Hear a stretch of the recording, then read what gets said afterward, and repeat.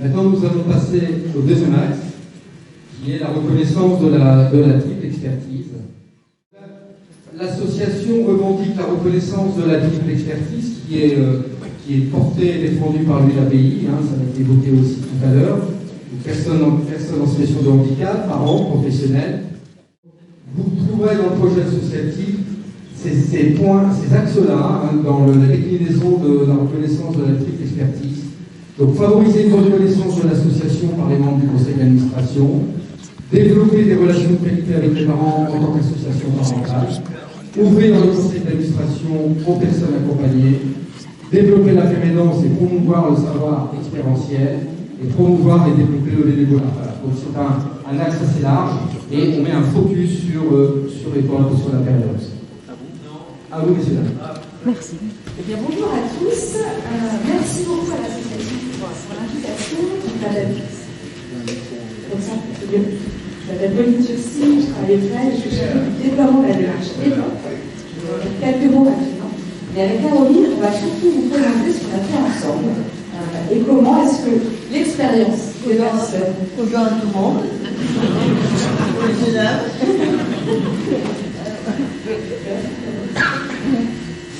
Tu veux rajouter quelque chose? On se présente ensuite dans une présentation.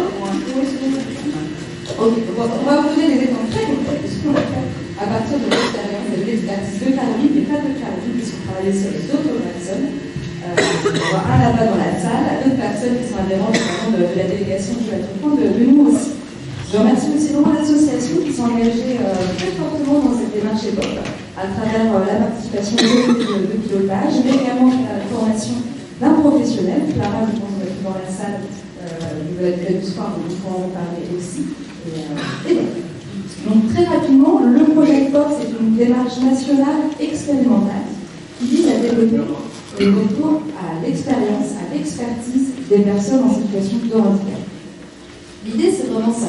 Quand on vit une situation de handicap, on développe une expertise de sa situation, des astuces, des méthodes de compensation contrôle, des réseaux, des ressources, et que cette expertise-là, elle est utile à d'autres personnes concernées par le handicap. C'est tout ce qu'on appelle le faire à faire. Le faire aidant, le faire accompagnement, le faire émulation. C'est aussi ce qu'on peut partager en groupe de personnes concernées. C'est l'entraide mutuelle, dans des groupes de parole, des groupes de travail.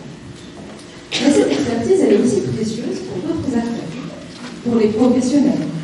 Elle doit trouver au service, par exemple, de la formation initiale et continue des professionnels, dans la sensibilisation du grand public, dans l'aide aux professionnels ou aux familles par de la consultance. Également pour l'élaboration et l'évaluation des politiques publiques. Également pour la conception de biens et services qui soient dès le départ accessibles à tous. Et enfin dans les démarches de recommandation et de défense des droits.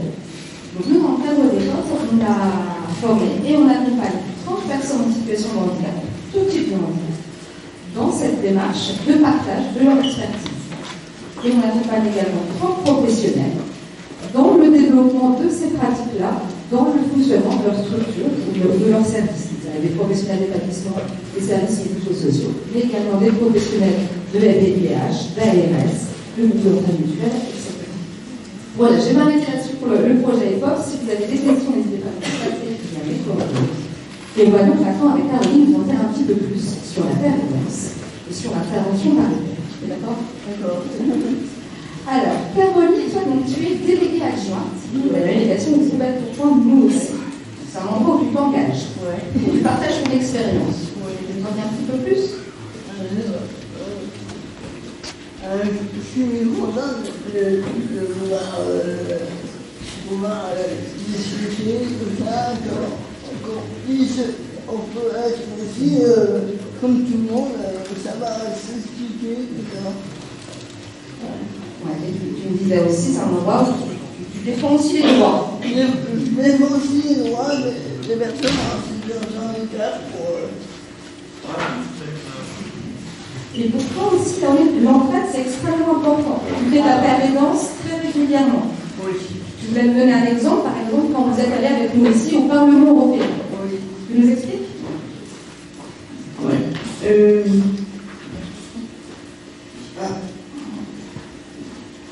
L'aide qu'elle a apportée à Florence pour aider à gérer son stress avant de prendre la parole.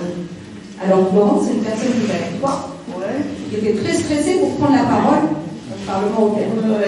Et toi, tu as partagé tes expériences, ce que tu faisais toi, pour être moins stressé quand tu parles devant un groupe comme ça. Et ça l'a aidé. Ah, ça m'a aidé. Ça a été plus facile pour elle de faire son discours. Voilà. Donc c'est ça, c'est un exemple, mais tu le fais régulièrement, quand tu as l'endroit et que ça te joue différent. Donc ça, c'est une forme de partage. Avec l'époque, tu as aussi partagé ton expérience d'une autre façon. Tu es intervenu auprès d'une association tutélaire, avec Kevin et avec Muriel, qui sont deux autres parlementaires, qui sont concernés par des mesures de protection juridique. Et donc, une expertise d'un accompagnement par une association tutélaire.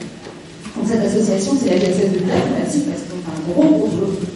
Et en fait, l'association cherchait comment faire participer davantage les personnes accompagnées. On a commencé par faire des réunions avec la directrice. Oui. Tu nous en parlais. Qu'est-ce que tu en as pensé de ces réunions? C'était bien. C'est bien. Oui. Ça t'a plu? Oui. En fait, tous les trois, avec Kevin et Muriel, vous avez parlé de comment vous travaillez avec votre association tutélaire. Kevin,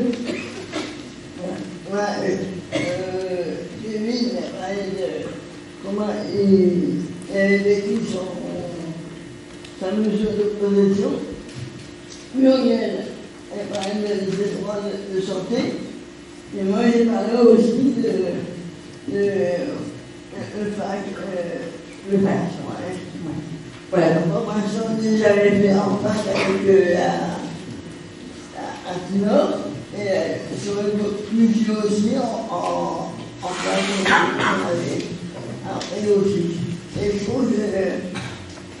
pour ceux qui ne savent pas bien lire, ça permet de me comprendre. Voilà, vous avez fait pas.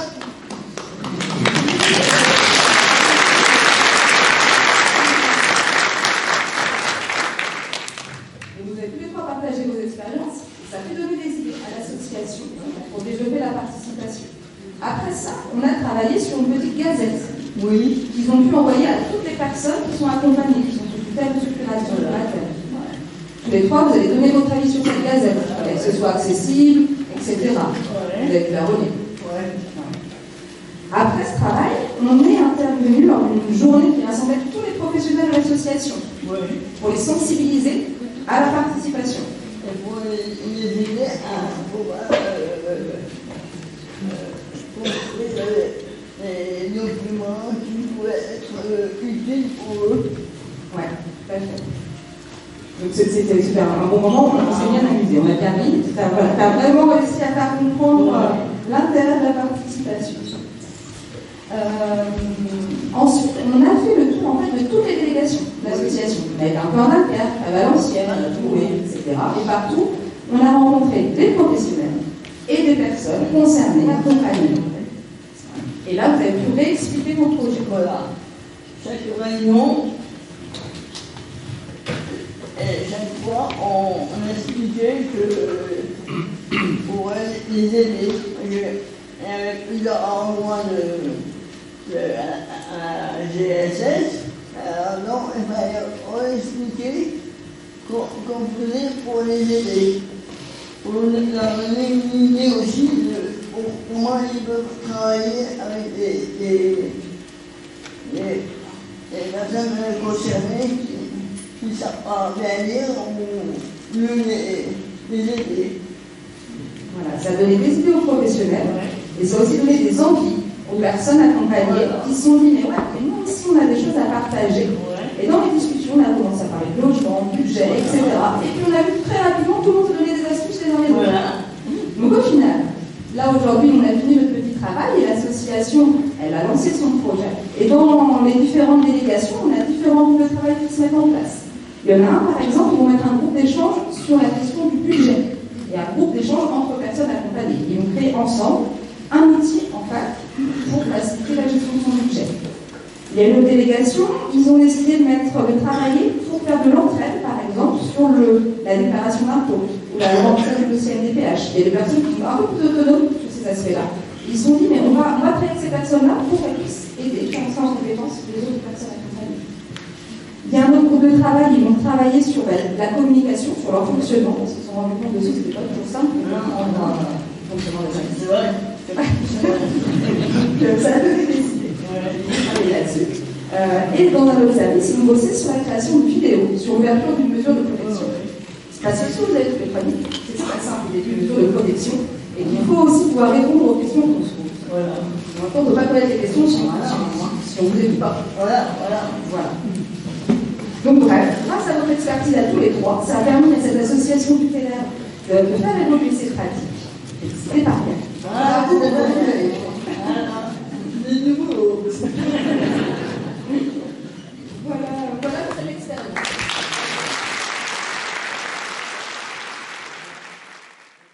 Le CRAC est un partenaire sur plusieurs projets avec l'association et on va donner la parole à Jean-Pierre Lano pour, dans le cadre de la triple expertise, son regard justement sur Bonjour. L'association est téméraire d'offrir un micro à quelqu'un qui en a adopté, mais bon, je vais faire de mon mieux.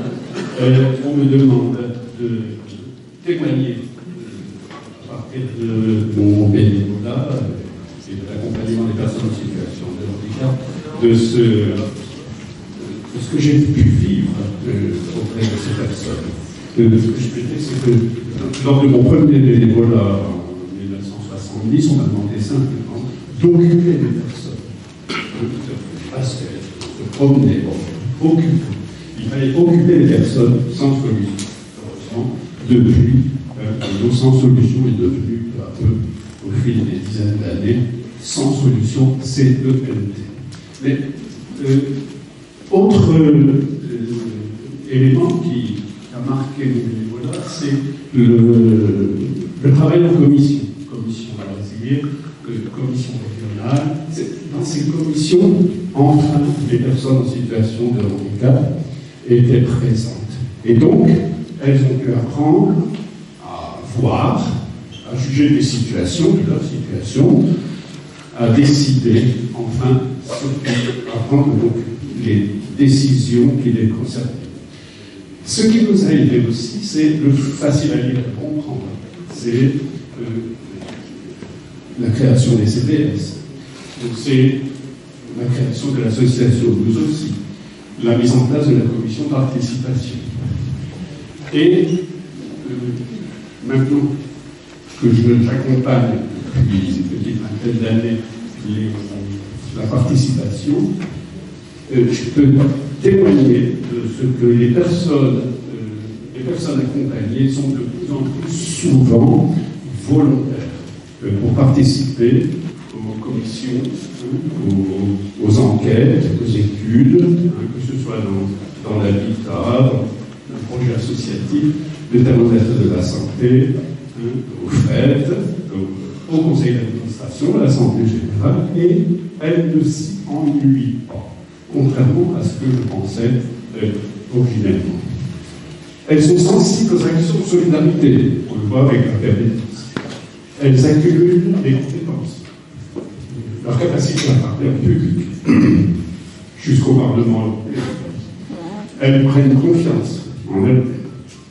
Alors notre association prend en compte cette évolution en multipliant les occasions de participer, tant dans les établissements que au niveau du bénévolat.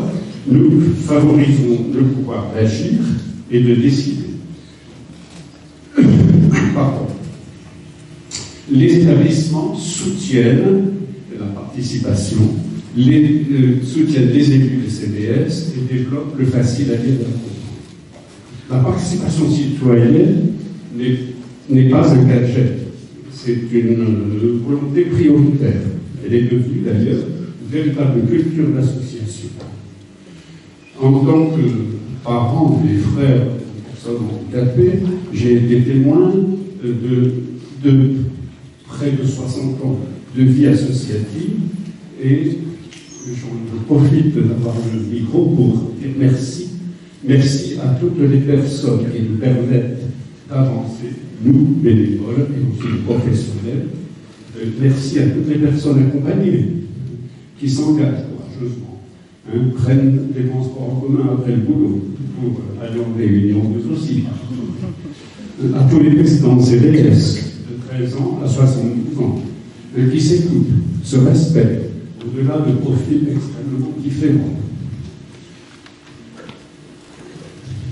Et je voudrais dire aussi merci pour la confiance et l'amitié que j'ai reçue. Et ça, depuis le début. C'est pas seulement maintenant. Depuis 1970, comment je pourrais dire, à travers quoi je vais dire, moi je veux connaître et comprendre mon expérience de vie. Toi, tu ne peux pas connaître et comprendre mon expérience de vie. Mais nous nous sommes rencontrés. Grâce à la participation, grâce à l'action. Et à cause de notre volonté d'agir aussi. Alors, à travers toi, moi, je voudrais dire merci pour la confiance et l'amitié dont j'ai été bénéficiaire. Voilà, merci pour votre attention.